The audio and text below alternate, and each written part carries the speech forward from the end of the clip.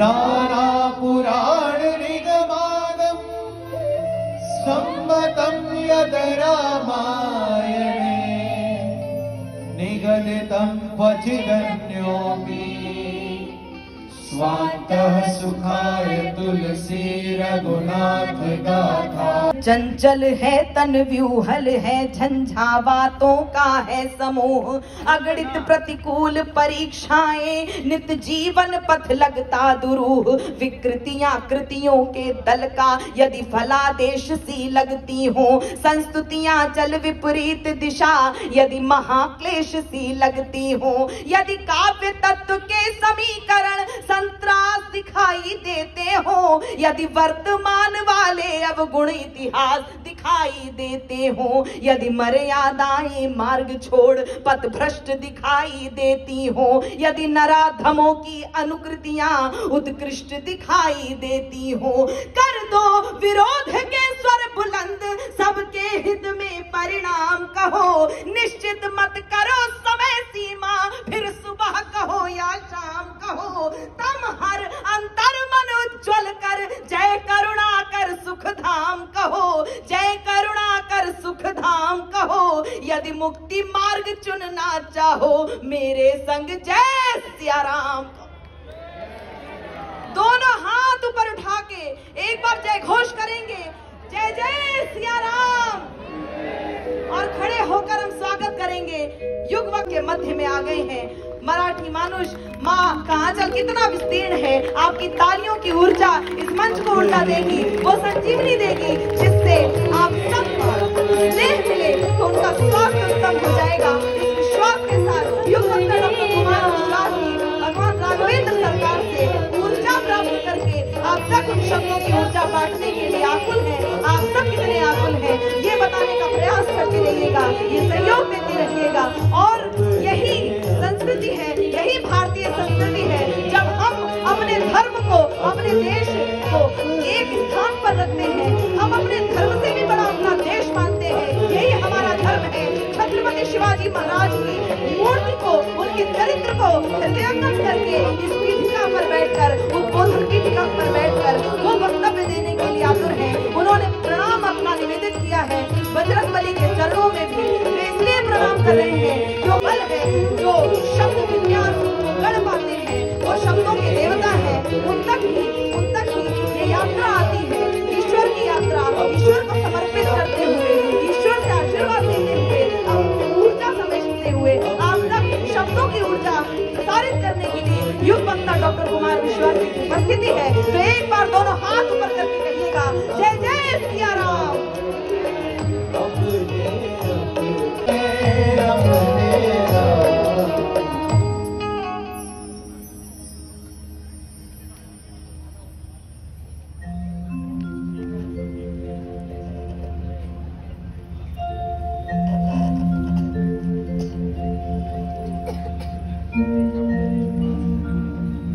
माननीय चंद्रशेखर जी बावनकुळे साहेब। और आइए प्रार्थना में स्वर मिलाएं। पहले तो धन्यवाद कि कल आपकी कृपा हुई, वाणी थोड़ी चलायमान है, तो आज भी कृपा हो जाएगी तो फिर मुझे लगता है कि कल तो परमानंद बरसेगा। वर्णानामर्थ संघानां रसानां छन्दसामपि मंगलानां सकर्तारो वन्दे वाणी विनायको भवानी शंकरो वन्दे श्रद्धा विश्वास रूपिणो याभ्यां विना न पश्यन्ति सिद्धास् गुरु शंकर रूपिणं यमाश्रितो हि भद्रोऽपि चन्द्रः सर्वत्र वन्द्यते सीताराम गुणग्राम पुण्यारण्य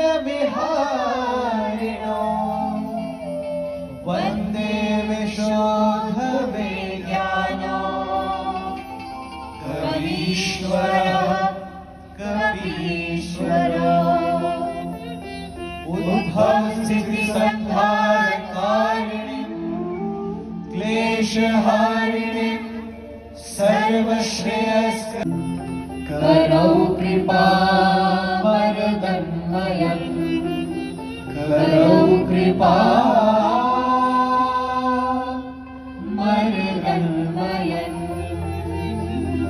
बोल सियावर रामचंद्र भगवान की।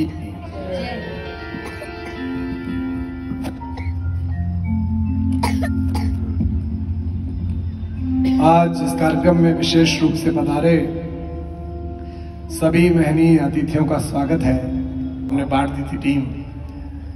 7, 8, 10 दिन बाद जब केदारनाथ जी जाने का अवसर मिला तो आश्चर्य हुआ।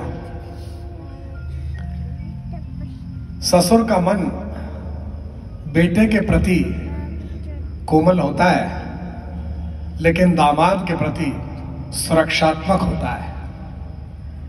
सब कुछ बह गया, लेकिन हिमालय ने देखा कि दामाद का घर बह सकता है।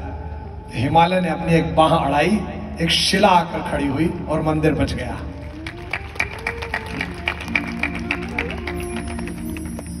मंडन मिश्र ने पूछा, गुरुदेव मेरे लिए क्या आज्ञा है?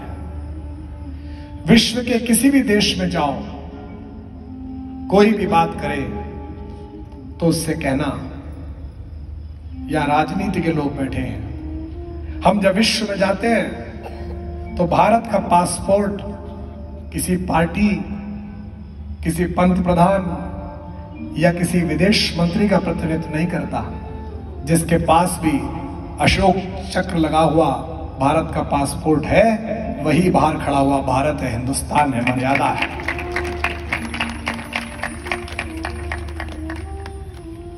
शंकराचार्य ने कहा, प्रिय शिष्य, आज तक जो मैंने लिखा है, आज तक जो मैंने कहा है, उस पर वार्तिक लिखो। विद्वान लोग बैठे हैं यहां। ये भारत की गुरु परंपरा ही कह सकती है कि गुरु अपने शिष्य से कह रहा है कि मेरे कहे पर वार्तिक लिखो। वार्तिक, वार्तिक मतलब व्याख्या लिखो।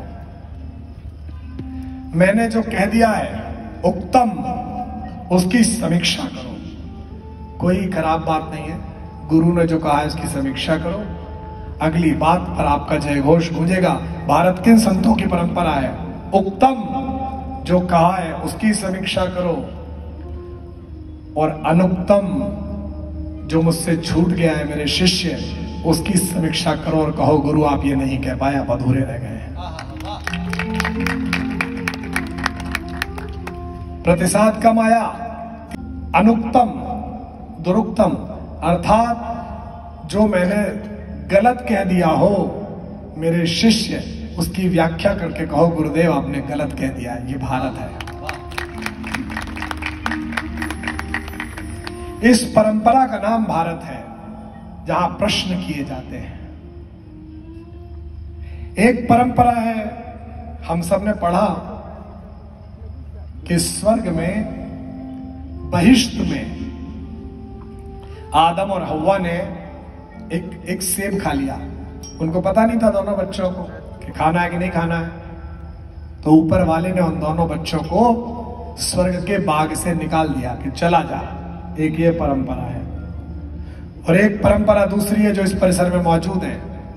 एक छोटे बच्चे को भूख लगी, मां थी नहीं, उसने आकाश में देखा, एक सेब जैसा कुछ लटक रहा था। पवन का पुत्र था, आकाश में गया, सेब को मुंह में रख लिया। उसे किसी ने दंड नहीं दिया, बल्कि ब्रह्मा ने कहा आज से तू मेरा शिष्य, शंकर ने कहा आज से तू मेरा अवतार, इंद्र ने कहा आज से आप मेरे पूज्य, और राम ने कहा आज से तू मेरा भरत जैसा भाई। ये प्रयास है। तो उमेश जी ने पूछा है, उमेश दावाडीकर जी ने, कि बाली को छुप के क्यों मारा, दो भाइयों की लड़ाई में क्यों पड़े। भगवान का कोई भी काम तर्क से परे नहीं है। छुपकर तो इसलिए मारा, क्योंकि बाली को वरदान भी इन्होंने ही दिया था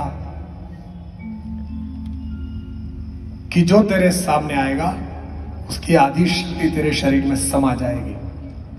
अगर भगवान सामने प्रकट होकर मारते तो मनुष्य रूप में थे, मर्यादा भंग होती, युद्ध चलता रहता, न वो हारता न ये हारता, इसलिए छुप कर मारा। राम कथा से यही सीखे राजनीति, शत्रु जैसा हो उसी प्रकार का व्यवहार किया जाना चाहिए। राम कथा सिखाती है।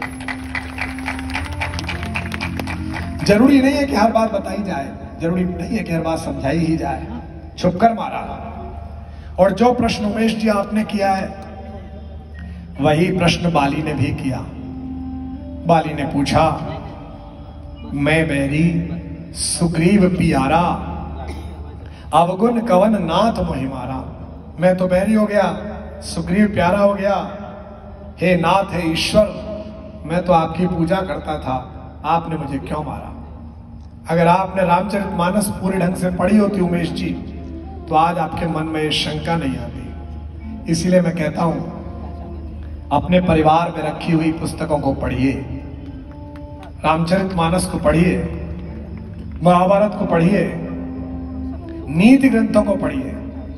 हमारी समस्या यह है, हम विश्व के मोटिवेशनल स्पीकर्स को सुन रहे हैं और गीता को पढ़ नहीं रहे हैं। दुनिया की सबसे बड़ी डिप्रेशन दूर करने वाली पुस्तक है श्रीमद् भगवत गीता। एक ऐसा महारथी जिसके तीर से पृथ्वी कांपती थी, वो डिप्रेस हो गया, बोला मैं लड़ूंगा नहीं, चाचा है सामने, ताऊ जी है, गुरु जी है।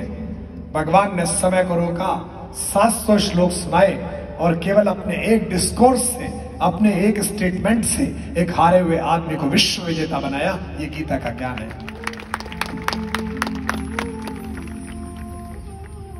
एक अशक्त वृद्धा थी, मजदूरी करती, बहुत मन से पढ़ाया। पुराने समय की बात है, 100 साल, 70 साल, 80 साल पुरानी। परदेश नौकरी करने चला गया। कहा, मां नौकरी लगी, तू चिंता मत करना, मैं वहां से तुझे धन बेचूंगा। 2-3 साल बीत गए, कोई धन नहीं आया। बेचारी घिसट घिसट कर काम करती थी। आप जैसे किसी सद्भावी ने कहा, मां तेरा लड़का तो बड़ा निकम्मा निकला, इतने मन से पढ़ाया तूने बर्तन मांज के और तेरी बात पे ध्यान नहीं दिया, कभी चिट्ठी नहीं भेजता, कभी पैसा नहीं भेजता।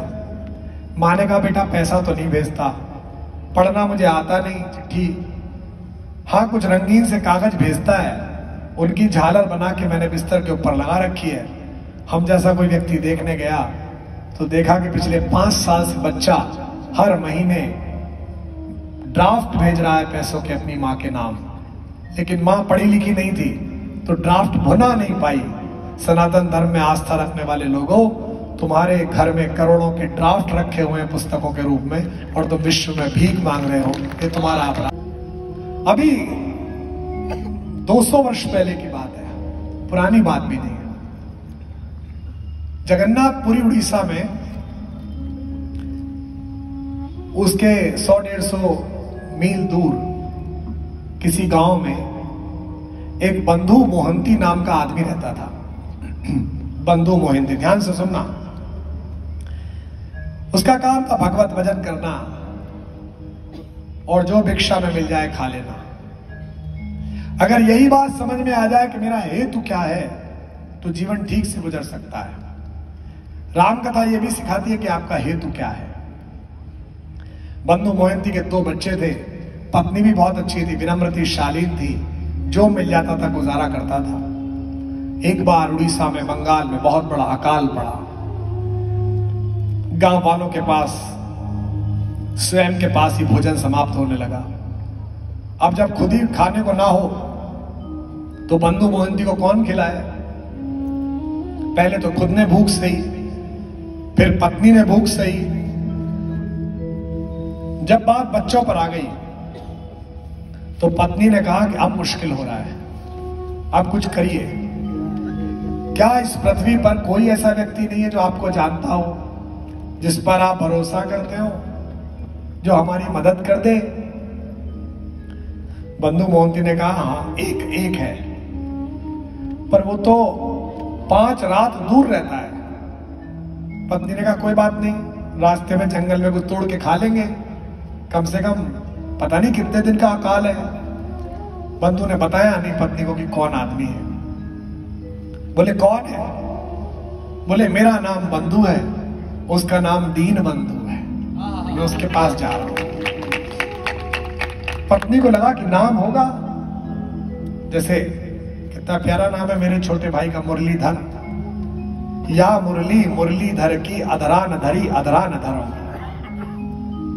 और मैं इसे शुभकामना और आशीर्वाद देता हूं चंद्रशेखर जी आपकी उपस्थिति में, कि जीवन में ऐसा संयोग उतरे कि जिस प्रकार भगवान मुरलीधर ने आनंद के अतिरिक्त अपने ब्रज क्षेत्र के उन्नयन के लिए काम किया, ऐसी सात्विक ताकत ईश्वर इसे प्रदान करे यथाशीघ्र, ताकि ये इस पुण्य नगरी का और कल्याण कर पाए। बोले दीन बंधु है, एक मेरा मित्र है। 5 दिन मोहंती परिवार चलता रहा पैदल पैदल, रास्ते से कुछ फल वल तोड़ के बच्चों को खिला दे। दीन बंधु का घर आ गया, सामने देखा तो जगन्नाथपुरी का मंदिर। पत्नी से कहा यहीं रहता है। पत्नी ने कहा ठीक है। मैं पुलिया पर बैठी हूं, एक पुलिया थी जहां पर अंदर से आने वाला जो दूध घृत चढ़ाया जाता था वो नाली बनकर बाहर आता था। बच्चों को बिठा लेती हूं, अंदर हो आओ। चले बंधु मोहन थी, लेकिन वहां तो बड़ी भीड़, जैसे 22 तारीख को भीड़ है।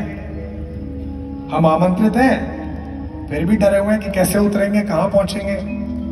पहले सोचते थे लखनऊ जाएंगे जहाज से, फिर लखनऊ से जाएंगे। फिर वहां के लोगों ने बताया जो व्यवस्था देख रहे हैं कि लखनऊ से अयोध्या 5-6 घंटे लगेंगे, तो फिर यहां से जहाज लेके अब सीधे ही अयोध्या जी उतरेंगे। ये भी सुख है कि जब यहां से उतरेंगे तो सबसे पहले माथा जिस पृथ्वी पर रखा जाएगा वो अवधपुरी है, वहीं जाकर अपना माथा रखा जाएगा। ये भी सुख। पुण्य नगरी तो हम सबको ही पता है कि हमारे जो राम जी थे, जो हमारी मैया थी, जो हमारे लक्ष्मण जी थे, वो किसके दिल में सबसे नजदीक थे? हमारे हनुमान जी के। लेकिन इसमें खड़े दरबार में, भरे दरबार में विभीषण ने शंका उठाई और बोला कि ऐ बजरंगी, क्या तेरे मन में भी राम है? तो हनुमान जी ने अपना सीना बाण व्यंग के ऐ विभीषण, ताना ना सह पाओ, क्यों तोड़ी है ये माला, तुझे ऐ लंकापति बतलाओ। मुझ में भी है, तुझ में भी है, सब में है दिखलाओ। ऐ लंकापति विभीषण, ले देख तुझे मैं आज दिखाऊं।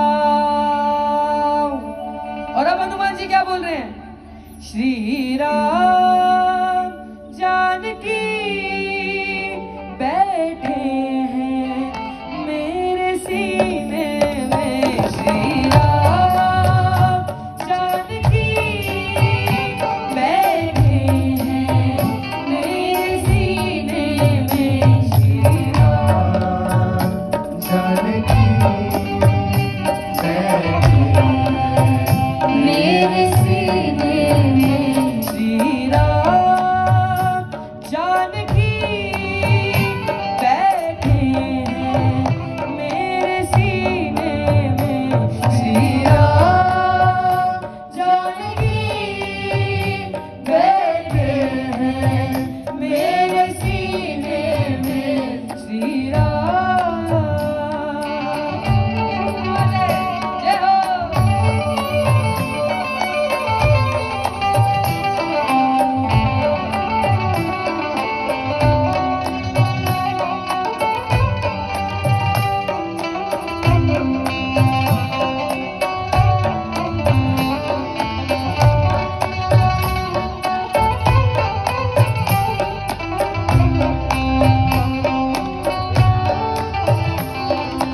हार सीना ये सबको है दिखला दिया, भक्ति में मस्ती है बेधड़क दिखला दिया, बस हार सीना ये सबको है दिखला दिया, भक्ति में मस्ती है बेधड़क दिखला दिया।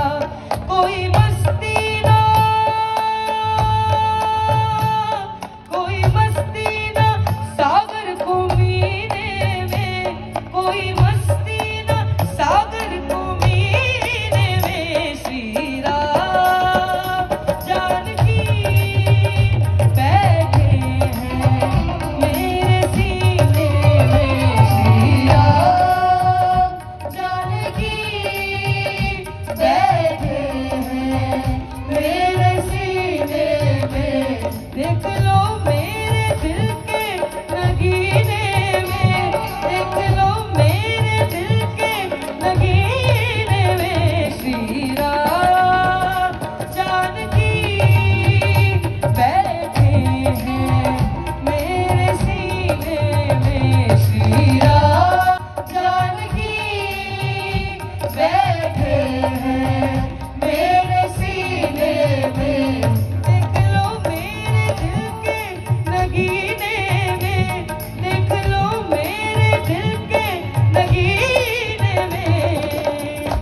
अब आप लोग मेरे साथ गाइए, एक लाइन मैं गाता हूँ, एक लाइन आप लोग गाइएगा। श्री राम, आवाज नहीं आ रही बिल्कुल भी। इतना प्रेम हनुमान जी के मन में था राम जी के लिए, तो आप लोग भी दिखाइए थोड़ा सा प्रेम। श्री राम जानकी बैठे हैं मेरे सीने में, श्री राम जानकी बैठे हैं मेरे सीने में, श्री राम जानकी बैठे हैं मेरे सीने में। कहिएगा सियावर रामचंद्र भगवान की जय, जय सिया राम। क्या बात है, बिना विश्वास के भक्ति संभव नहीं है, ये तो आपको भी पता होगा। यही हमारे गोस्वामी तुलसीदास जी ने भी कहा। क्या कहा?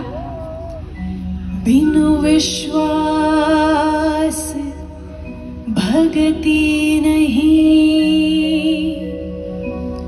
तेहि बिनु द्रवहि न राम। राम कृपा बिनु सपने हूँ, जीवन लहे विश्राम। सजा दो घर को गुलशन सा, मेरे घर राम आए हैं। सजा दो घर को गुलशन सा, सजा दो घर को गुलशन सा, मेरे घर राम आए हैं। लगी कुटिया भी दुल्हन सी, लगी कुटिया भी दुल्हन सी, अवध में राम आए हैं। सजा दो घर को दुल्हन सा, मेरे घर राम आए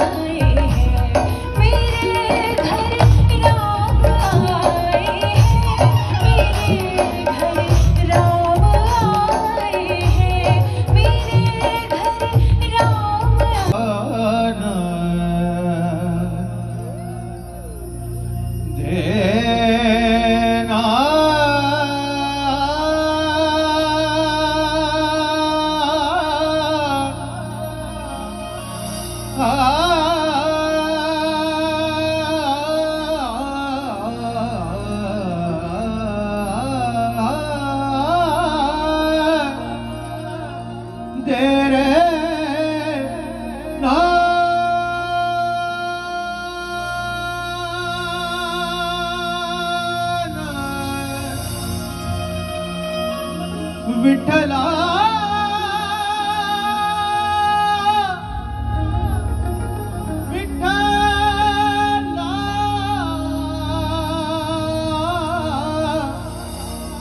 विठ्ठला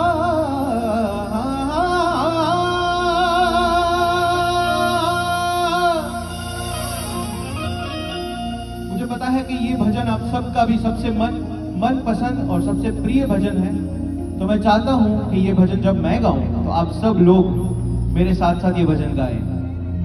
आप सबके हाथ ऊपर जब ये आप भजन सुने। हाँ कानडा राजा पंढरीचा, कानडा राजा पंढरीचा, कानडा राजा पंढरीचा, कानडा राजा पंढरीचा। वेता नाही कडला, वेता नाही कडला, अंत पारयाचा कानडा राजा पंढरीचा, कानडा राजा पंढरीचा, कानडा राजा माझी पंढरीचा,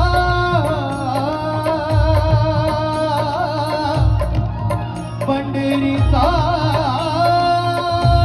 कानडा राजा पंढरीचा, कानडा राजा पंढरीचा। आखिर तक सबके हवा में हाथ।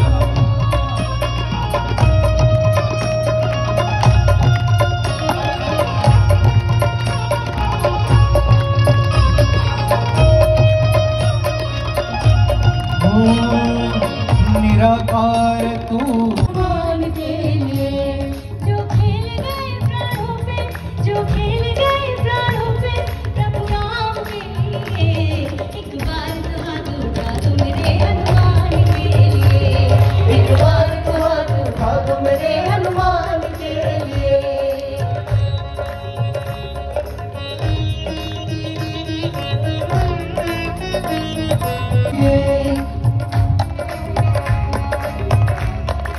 अब आप सभी लोग मेरे साथ गाएंगे।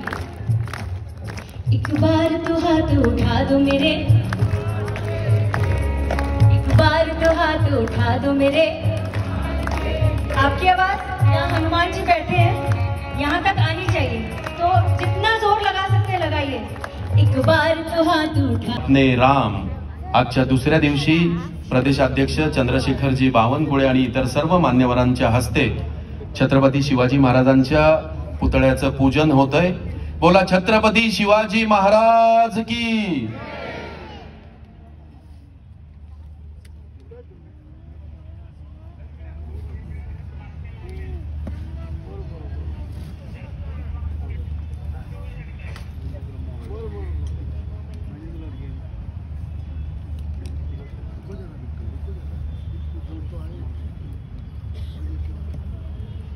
योगीराज महाराज गोसावी पैठणकर, हरिभक्त परायण पंकज महाराज गावडे,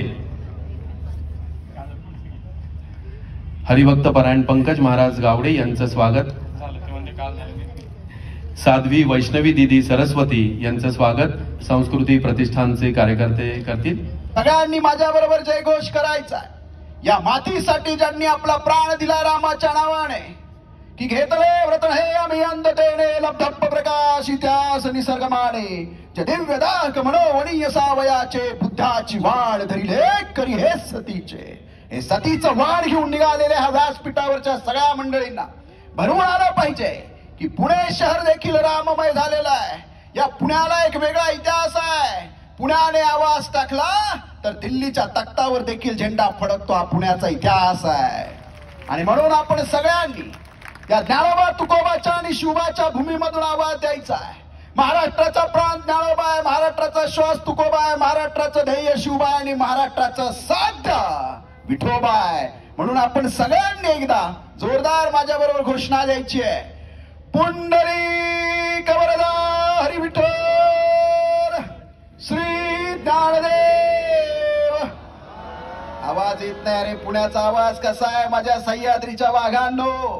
हिमालयापर्यंत आवाज गेला पाहिजे.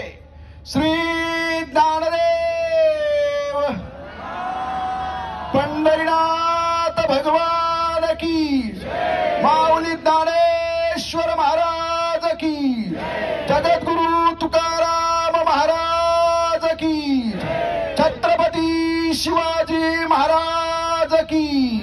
आता एक आवाज या भारतासाठी बलिदान देणार त्या सगळ्यांसाठी. आणि राम झाले आणि आपल्याला रामराज्य आणलं त्या सगळ्यांच्या ग्रॅटिट्यूडला, त्यांना ग्रॅटिट्यूड देण्यासाठी एकदा फक्त जय म्हणा. असं जय म्हणा ना, बस. बावनकुळे साहेब संवेदनशील मनाचे आहेत, पटकन डोळे भरून येतात त्यांची माधुरीताई. एकदा आवाज द्यायचा आहे सगळ्यांनी. तयार आहात सगळे? नक्की. शपथ आहे तुम्हाला सगळ्या देवांची आणि महामानवांची, सगळ्यांनी. भारत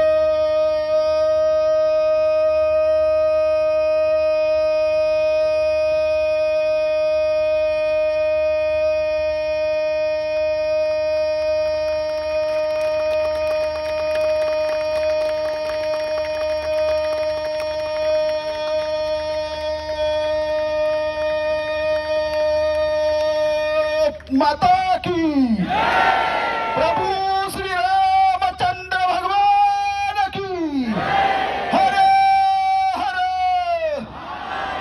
धन्यवाद. रामकृष्ण रामकृष्ण. तुम्ही हा व्हिडिओ काढून, सर्वांनी व्हिडिओ काढून हा मोदीजीनं पाठवणार आहे. चला, खूप खूप धन्यवाद, खूप खूप धन्यवाद पुणेकरांचे.